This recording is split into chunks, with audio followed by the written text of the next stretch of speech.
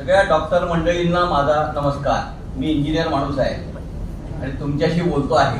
मुख्य हा विषय लक्षात घ्या. इंजिनियर माणूस ज्यावेळा डॉक्टर मंडळीशी बोलतो त्यावेळा शरीराचं मेकॅनिझम मध्ये कुठे गडबड झाली ती समजून घेतली पाहिजे. त्याच्यातलं पहिलं मेकॅनिझम आहे पाणी. हिंदी मध्ये बोलू? हिंदी में बोलू? अच्छा ठीक है. हमारे शरीर का मैकेनिज्म जो है वो टेक्निकली कैसे हमें समझना चाहिए, यह बात मैं समझ लेने की पहले कोशिश की. और हमारे शरीर में जल का सबसे बड़ा महत्व है. पंच प्राणों से हमारा शरीर बना है. आपको मालूम है कौन से पंच प्राण हैं? हम उनको पंच महाभूत कहते हैं. तो जल है सबसे महत्वपूर्ण. हम लोग पिछले 2 साल में मास्क लगा के 24 घंटा घर में बैठे थे, फिर भी हमारे में से मास्क लगा हुआ आदमी कोई भी मरा नहीं है. ध्यान में रखना मैं जो बात कह रहा हूं. दूसरा, यदि हमारे देश का टेम्परेचर कश्मीर का -10 to 20 डिग्री होता है तो हमारे ऊपर से हम लोग चादर ओढ़ के सोते हैं. उस समय भी कोई ऑक्सीजन न मिलते हुए भी मृत्यु में नहीं जाता है. इसका मतलब क्या है समझ लेना पड़ेगा. इसका मतलब यह है कि हमारे शरीर में ऑक्सीजन जनरेट करने की व्यवस्था है. पहली बात, क्योंकि यदि हम कार्बन डाइऑक्साइड का इनहेलिंग करते हैं तो इसका मतलब है कि शरीर के अंदर ऑक्सीजन जनरेट करने की व्यवस्था है और उससे ही फूड बनता है, उससे ही मनुष्य जीवंत रह सकता है. और भारत में हम लोग हर समय कहते आए हैं कि सतयुग में लोग 300 से 400 साल जीते थे.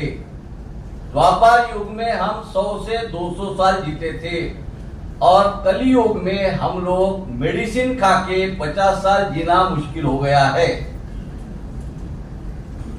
ऐसा होगा, समझ लेना पड़ेगा. अब क्या समझना पड़ेगा, क्यों ऐसा हुआ, इसको समझ लेना पड़ेगा. तो हमारा जो मूल जो है पृथ्वी का निर्माण जो हुआ है वह गौ माता के माध्यम से हुआ है. सबसे पहला जन्म हुआ गौ माता का. यदि हमने समुद्र मंथन का थोड़ा सा अभ्यास करेंगे तो हमें ध्यान में आएगा कि समुद्र मंथन में सबसे पहले गौ माता का बताया है और गौ माता ने यह पृथ्वी का सृजन किया है. इस सृजन में फिर हमारे जीव जंतु और जैव विविधता का निर्माण होने के बाद फिर वनस्पति का निर्माण हुआ है और वनस्पति का निर्माण होते होते फिर पानी का जो बरसात होती है उसकी शुद्धता होते होते नदियां और बाद में जो व्यवस्था है वो खड़ी हुई है. और फिर वनस्पति के बाद प्राणियों का जन्म होना शुरू हुआ है और उसके बाद फिर मनुष्य का जन्म हुआ है. Last evolvement on the earth is human being and the first destruction to the nature is human being. ध्यान में रखना है. पहला यदि डिस्ट्रक्शन करने वाला जो है वो मनुष्य है. बाकी लोगों ने नेचर का सृजन किया है और करके हमारे घरों में बिपता जब आता है या बाघ जब आता है तो हमको उसके पीछे का ज्ञान नहीं है. जिसका जैसा जैसा अन्न खत्म होता है वैसा वैसा वो अन्न खाने के लिए अपने अपने प्रदेशों में जाने लगता है. एक छोटा सा उदाहरण देके आगे बढ़ता हूं. अपने घरों में मॉस्किटो आते हैं तो हम रिफिल भर के उसको मारने की कोशिश करते हैं, लेकिन वह क्यों आ रहा है इस बारे में हमने कभी सोचा नहीं. He is a income tax officer. कभी विचार किया आपके घर में कुछ गड़बड़ है करके वो आ रहा है, नहीं तो वो नहीं आता. तो गड़बड़ क्या है, हमारे शरीर के अंदर कुछ तो भी गड़बड़ हुई है. उसके लिए वो अन्न का शोध करते हुए आपके घर में पहुंचा है. आज के तारीख को भारत में जितने भी रिच लोग हैं उनके घर में ही डेंगू का मॉस्किटो ब्रीडिंग हो रहा है, और जो साधारण लोग हैं गंदी बस्ती में रहते हैं उनको मलेरिया का प्रॉब्लम नहीं है। ध्यान में रखना, ये मैं बोल रहा हूं जो, क्योंकि अपने घरों में ही मॉस्किटो ब्रीडिंग होता है। आपके घर में जो पानी है जो नल के माध्यम से आ रहा है उसमें ही 8 दिन के बाद 9वें दिन में आपको मॉस्किटो ब्रीडिंग दिखता है, और वह भी मॉस्किटो ब्रीडिंग जो है वो डेंगू का है। इसका मतलब गवर्नमेंट ऑफ इंडिया ने अपने एक एडवर्टाइज भी दिया था, आपने पढ़ी भी होगी, कि आप ड्राई डे मनाओ, आफ्टर 7 डेज आप ड्राई डे मनाओ। लेकिन हम लोगों ने वो ड्राई डे नहीं मनाते हैं, इसलिए हमारी समस्या बढ़ रही है। तो ड्राई डे क्यों मनाओ? क्योंकि generation of that dengue mosquito is required 7 days. अब 7 डेज के बाद वो 8वें दिन में मॉस्किटो उड़ने लग जाता है, वहां से डेवलपमेंट होगी करके 7 डेज में जो भी हमको कुछ वहां पे मिलता है तो उसको फेंक दो जमीन के ऊपर ताकि वो खत्म हो जाएगा। लेकिन हमने ये कभी नहीं किया। पानी की जो समस्या निर्माण हुई है ये बहुत बड़ा खेल है। यूनिसेफ और WHO ने खेला हुआ खेल हमको समझ देना पड़ेगा। यूनिसेफ ने 1950 में कौन सा पानी कैसा पीना चाहिए इस बारे में स्टैंडर्डाइजेशन किया। जैसा हमारे ब्लड के संदर्भ में स्टैंडर्डाइजेशन हुए, यूरिन के संदर्भ में स्टैंडर्डाइजेशन हुए, डायबिटीज के बारे में स्टैंडर्डाइजेशन हुए, और उसके हर समय अपडेटेशन चल रहे हैं, और फिर भी हमारी समस्या नहीं सुलझ रही है। उसके बावजूद भी हम आज समस्याग्रस्त बन गए। आज कोई भी भारत में या वर्ल्ड में स्टूल टेस्ट नहीं करता है, कोई भी नहीं करता है। सिर्फ पुलिस डिपार्टमेंट में जब ज्वाइनिंग होता है तो वो लोगों का सिर्फ स्टूल टेस्ट होता है, बाकी किसी का स्टूल टेस्ट नहीं होता है।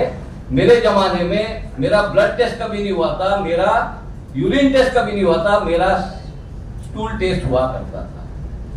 हमारा वैद्य या हमारा जो लोकल उस समय के डॉक्टर थे MBBS, वो लोग इस प्रकार से टेस्टिंग करवाते थे, वो ब्लड टेस्टिंग करते थे, उसके माध्यम से वो बताते कि हम लोग ये दुरुस्त कर रहे थे। तो हमारा बिगड़ा क्या?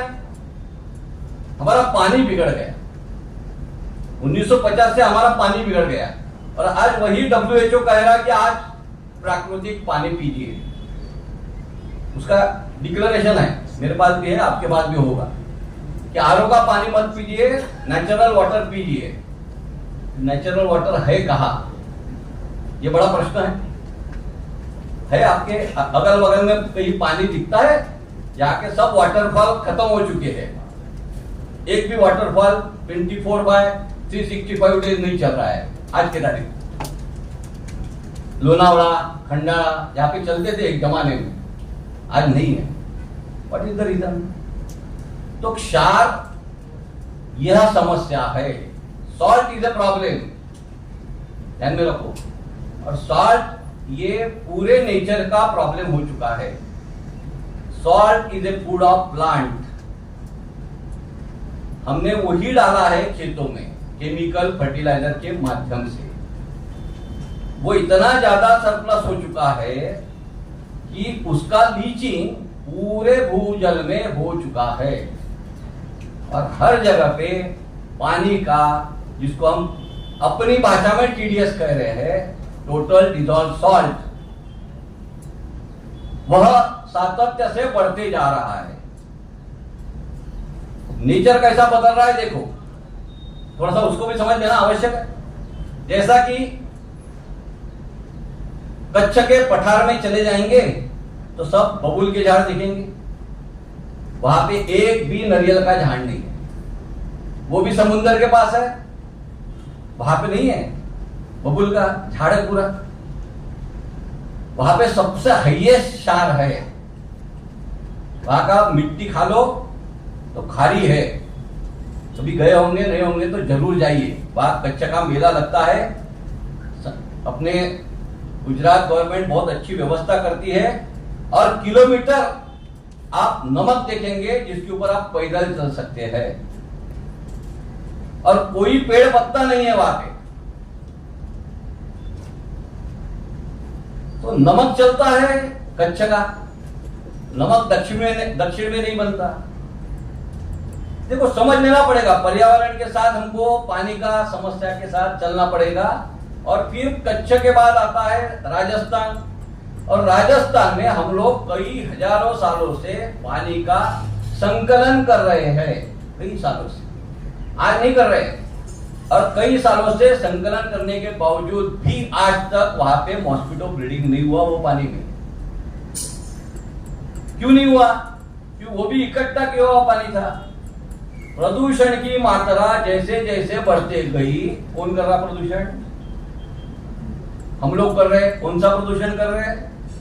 हम अकेले गाड़ी में बैठ के 200 किलोमीटर से लेकर 1000 किलोमीटर तक अकेले घूम रहे हैं। 4 लोगों के लिए बनी है गाड़ी, हम लोग अकेले घूम रहे हैं। हम 2 व्हीलर से क्यों नहीं जाना चाहते? यहां से शुरुआत करनी पड़ेगी। ऐसा नहीं है कि ये सब बदलने के लिए हम भी जिम्मेदार उतने ही हैं। अब भारत में 1950 में 1 लाख गाड़ियां थी, आज के तारीख को 40 करोड़ गाड़ियां है, 40 करोड़। और जंगल का प्रमाण है 8%, सरकार बताती है 20%। मैं क्यों लेके जा रहा हूं ये विषय को, साथ में थोड़ा सा ध्यान में देना पड़ेगा, क्योंकि हमारा रोज पानी खराब हो रहा है। जब पानी रोज खराब होता है, बरसात का भी पानी खराब होता है, तो उसको भी समझ लेना पड़ेगा। थोड़ा विषय ज्यादा होगा लेकिन समझ लेना पड़ेगा, नहीं तो फिर आप लोग आधा विचार लेके जाओगे तो फिर मेरे को दोष देंगे। तो जंगल का प्रमाण है 8%, जिसको बायोडायवर्सिटी का जंगल कहा जाता है, जो प्रिजर्व जंगल है भारत में। और बाकी का जो जंगल है वो प्लांटेड है। और प्लांटेड जंगल जो होता है उसको आम की खेती, संतरा की खेती, वैसी सागवान की खेती कह सकते हैं। और कहीं जंगल में आप धूपकाल में चले जाना तो आपको महसूस होगा कि आपके घर में, आपके गांव में टेम्परेचर कम है और जंगल का टेम्परेचर ज्यादा है। Now this is the reality of our present scenario of nature. हालांकि ऐसा होना चाहिए कि मेरा घर छोड़ के जा रहा हूँ, जंगलों में जा रहा हूँ, तो वहां पे ठंडा होना चाहिए।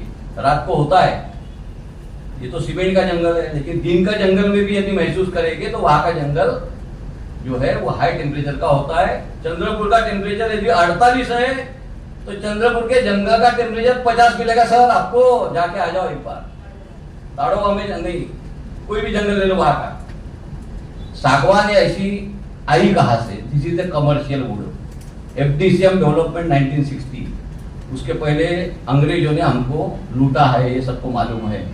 अंग्रेजों ने कैसा लूटा? हमारा कोयला बनाते थे हम लकड़ी से, हम लोगों को लकड़ी चलती थी उस समय, तो लकड़ी से कोयला बनता था और 5-5 एकड़ लीज पर जमीन दी जाती थी। और फिर हमारा बायोडायवर्सिटी का जंगल कट के वहां पे कमर्शियल वुड का प्लांटेशन हुआ करता था। ऐसा करते करते हमारे देश के राज्यकर्ताओं ने भी 1950 में सेम सिस्टम का एडॉप्शन करते हुए प्लांटेड टीकुड्स का बड़े पैमाने पे जंगल लगा दिया है। और वो जंगल में दूसरी स्पीशीज तैयार नहीं होती, ये उसकी खासियत है। कोई स्पीशीज तैयार नहीं होती, और कोई भी धुपका देवे उसको एक पन्ना भी नहीं रहता। So that is not a jungle basically, ये ध्यान में लेना चाहिए। और सरकार बताती है हमारे पास 20-21% जंगल है, तो हमारे पास जंगल नहीं है। तो बरसात बिगड़ गई, 45% था इन 1900 में, फिर 1950 में उसका रिडक्शन होके वो प्रमाण हुआ 35%। फिर लोग बोलने लगे, सरकार बोलने लगी कम से कम 33% चाहिए। फिर हमारे को भी बताने लगा टाउन प्लानिंग में कि आप 35% अपनी जमीन खाली रखो। यहाँ तक के सिलसिला चला है, टाउन प्लानिंग बता रहा है कि आपका घर का जमीन जो है ना वो 35% खाली रखो, बाकी % आप बांध दो। हम तो 50% नहीं, हम 100% बांध के 108% बांध लिए। हमने सीमेंट का जंगल खड़ा किया, सरकार भी उसको मदद कर रही है। सीमेंट के जंगल बनते समय हम लोग चुप नहीं बैठे, अपने स्वार्थता है। आज हर गांव, हर शहर, भारत का बड़ा शहर 24 घंटे में यदि 2-3 इंच पानी हो जाता है तो डूब जाता है। एक कोई भी शहर ले लो, आज पिछले 20 साल में कोई भी शहर ले लो, एक भी शहर ऐसा नहीं कि डूबा नहीं है। क्यों ऐसा हो रहा है भाई? क्या शहरों में ही पानी बरस रहा है? खेतों में पानी नहीं बरसता?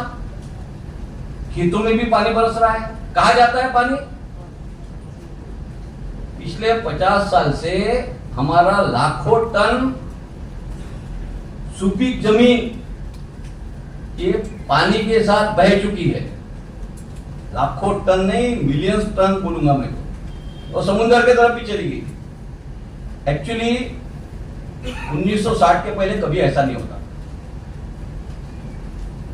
60 के पहले नहीं होता था ऐसा। क्या होता था फिर? बरसात एकदम सायलेंट रेन था, और सायलेंट रेन यानी झडी लागल्यासारखा पाऊस असा शब्द प्रयोग आपल्याकडे होता। आणि continuous low intensity of rains in those days. Now today is very high intensity of rain. 1 घंटे में 1 इंच। बंबई का उदाहरण है 2005 का, कितना हुआ था मालूम है आप सबको? सब डूब गया था। ऐसे कई शहरों में हुआ है पिछले 15-20 साल में। कंक्रीटीकरण is the answer, one of the part of that. But what about the open soil? It is a dead soil. What about the rains? They are also dead. What about our today's water? That is also dead. हमारे घर में आने वाला पानी ये cancer युक्त है ऐसा बताऊंगा तो डिसीज युक्त है ऐसा बोलना चाहिए। कैसा है? हमारे घर में जो पानी आ रहा है वाटर ट्रीटमेंट प्लांट के माध्यम से आ रहा है, और वाटर ट्रीटमेंट प्लांट के माध्यम से जब पानी हमारे घर में पहुंच रहा है तो क्या ट्रीटमेंट होती है मालूम है आप सबको? सबको मालूम है।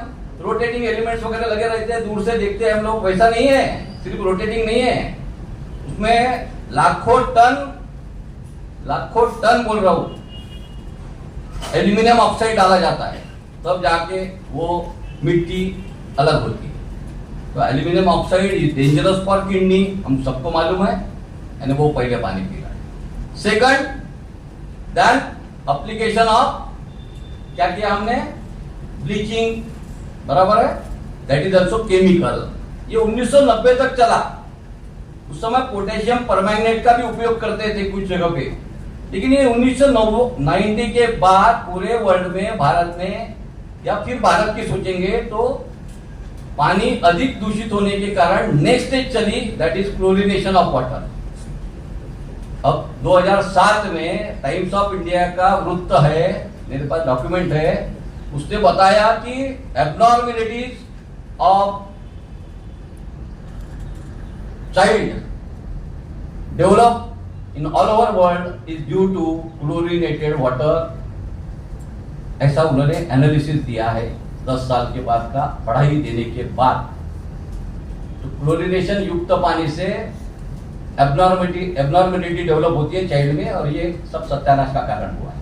काफी आप पिछले 20-25 सालों में देखो कि एब्नॉर्मेलिटीज का बहुत ज्यादा प्रमाण है। जहां डॉक्टर लोग बैठे, मैं नहीं, आप लोग ज्यादा अच्छे से जानते हैं। फिर क्या हुआ? तो ये सब चल रहा है।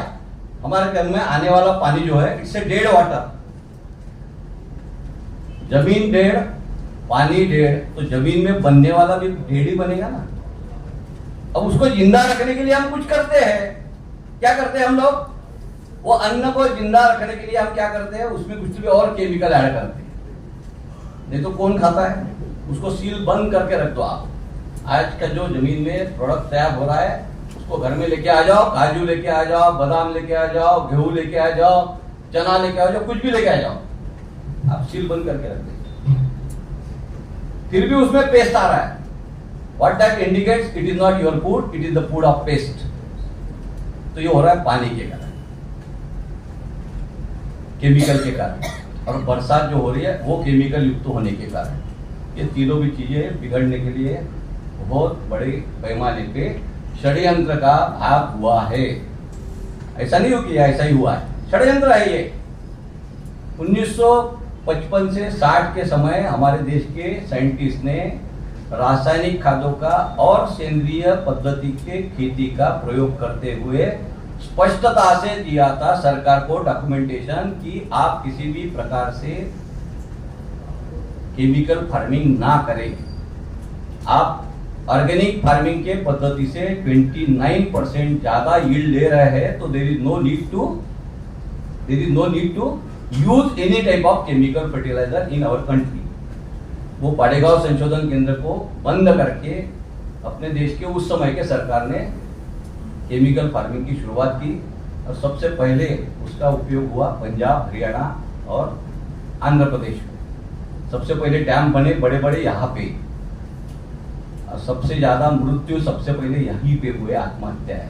हमको आज लगता है विदर्भ में आत्महत्या हुई, because we have got the latest सिनाबिना करके हम सोचते हैं। तो पानी की गड़बड़ी से हुआ है। जैसा केमिकल फर्टिलाइजर यूज करते हैं खेतों में, तो पानी ज्यादा पीती है जमीन। यदि पानी नहीं देंगे तो वो जो फसल है वो जल जाती है।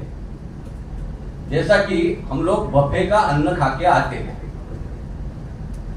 और अपने घर का अन्न खाते हैं, तो बफे का खाने के बाद दिन भर पानी पीते हैं, और अपने घर का रोज का दैनंदिन जब अन्न खाते हैं तो हम कम पानी पीते हैं। These are the two differences। ये हमारा शरीर भी केमिकल युक्त बन चुका है, क्योंकि हमारे शरीर में 75% वाटर है। जब 75% वाटर है, हमारा पीएच जो ब्लड है उसका 7.4 है, और हमको 7 के नीचे का पानी मिल रहा है जिसमें ऑक्सीजन का प्रमाण कम है। जब ऑक्सीजन युक्त पानी हमारे को नहीं मिल रहा है तो हमारी हालत खराब भी होने वाली है। इसके अंदर में क्षार है। ये क्षार यानी क्या है? जैसे हमारे नल के ऊपर क्षार लग रहे हैं, वैसे ही हमारे शरीर के अंदर क्षार जा रहे हैं।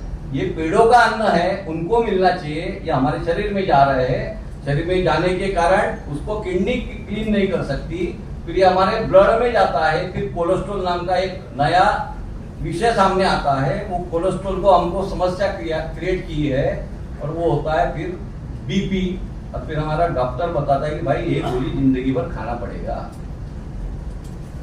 ये है डॉक्टर का सिलसिला चालू हो गया भारत में।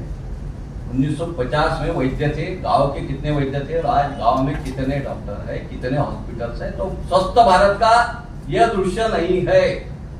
आरोग्य भारती के लिए एक चैलेंज है। तो पानी इज द बेस। हम फूड कैसा अच्छा बनाएंगे जी? जब तक पानी अच्छा नहीं है तब तक फूड अच्छा नहीं हो सकता। सो आवर साइंटिस्ट, हमारे देश के साइंटिस्ट ने बहुत बढ़िया काम किया है। जैसे आपके हर एक के जेब में आज मोबाइल है ना, वैसे मेरे जेब में 1 एकड़ जंगल है। मेरे जेब में 1 एकड़ जंगल है, और ये जंगल जो है ना, ये नेचुरल फॉरेस्ट है। अब ये नेचुरल फॉरेस्ट के समान ही काम करता है।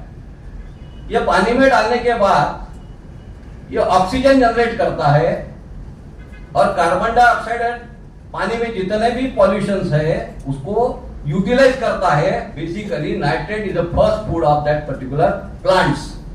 ये प्लांट बेस्ड टेक्नोलॉजी है। आईआईटी के डॉक्टर उदय भवालकर, इन्होंने इसका निर्माण किया है कोलैबोरेशन विद नेचर। मैं उनके साथ 25 साल से काम कर रहा हूं, और आज भी उसका रिफाइनिंग चालू है, आज भी। और ये एक ही बार जिंदगी में यूज करना है। It is a life time use for any purposes. हम आरओ लगाए तो हमको मेंटेनेंस लगता है, इलेक्ट्रिसिटी लगता है, सब कुछ लगता है। क्यों लगता है? What is the reason behind it? हमारे घर में पानी अच्छा आ रहा है, या हम समझ रहे हैं गवर्नमेंट ऑफ महाराष्ट्र या गवर्नमेंट ऑफ कॉर्पोरेशन को हम पाणी दे रहे हैं?